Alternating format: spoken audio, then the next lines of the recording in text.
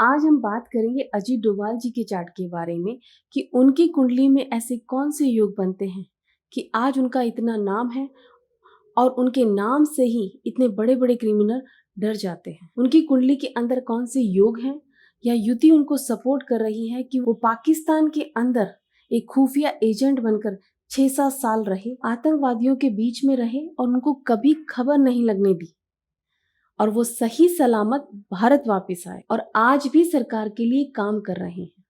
तो उनकी कुंडली में ऐसे कौन से कंजंक्शन है जिनकी वजह से वो इस लाइन से जुड़े।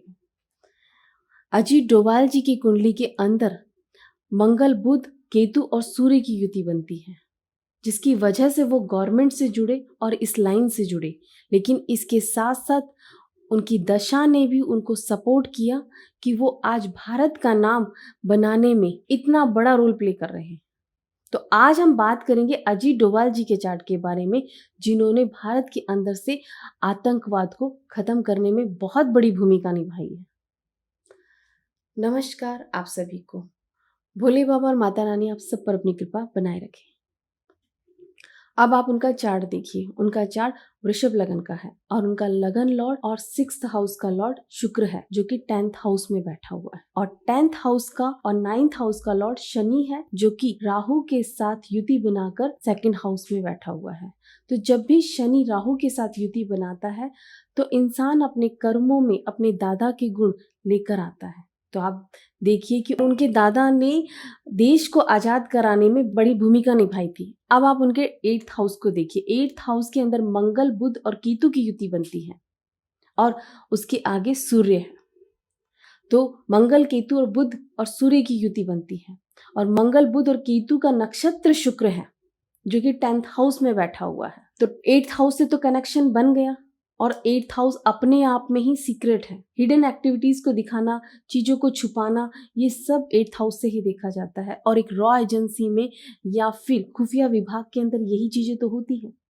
और इसके साथ साथ आप देखिए केतु, सीक्रेसी को बना के रखना, इंटेंशन, आपकी सोच, वो भी केतु से ही देखी जाती है। तो आप देखिए कि वो आतंकवादियों के बीच में रहे, ऐसे लोगों के बीच में रहे, उनकी सोच को पकड़ पाए।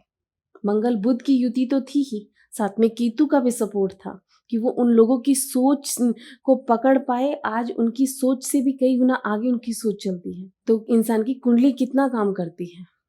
अब इसके साथ साथ आप देखिए कि उनका लग और 10th हाउस का नक्षत्र सूर्य है और सूर्य के ट्राइन में बृहस्पति है। तो बृहस्पति और सूर्य की युति बन रही है। तो जब भी किसी इंसान की कुंडली में सूर्य और बृहस्पति की युति बनती है तो इंसान को ईश्वर का आशीर्वाद होता है, बड़ों का आशीर्वाद होता है, अपने पितरों का और अपने गुरुओं का आशीर्वाद जरूर मिलता है। तो आप देखिए कि उन्होंने इतने बड़े बड़े मिशन इतनी आसानी से सॉल्व कर दिए, लेकिन उन पर कभी कोई दिक्कत नहीं आई, क्योंकि उनका लग और 10th हाउस का नक्षत्र सूर्य है और सूर्य और बृहस्पति आपस में युति बना रहे हैं। तो उनके साथ ईश्वर का सपोर्ट है, उनके पितरों का सपोर्ट है।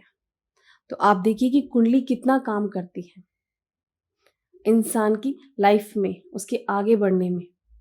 अब इसके साथ साथ आप देखिए कि उनको वो फेम, वो पहचान कब मिली। हालांकि वो काम तो 1968 से कर रहे हैं। उन्होंने इंदिरा गांधी के साथ भी काम किया है, अटल बिहारी वाजपेयी जी के साथ भी काम किया है और अब नरेंद्र मोदी जी के साथ काम कर रहे हैं।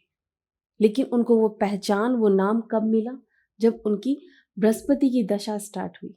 उनकी बृहस्पति की दशा 2015 से स्टार्ट हुई है और उसका नक्षत्र सूर्य है और सूर्य इंसान को नाम देता, पहचान देता, स्टेटस देता, फेम देता है।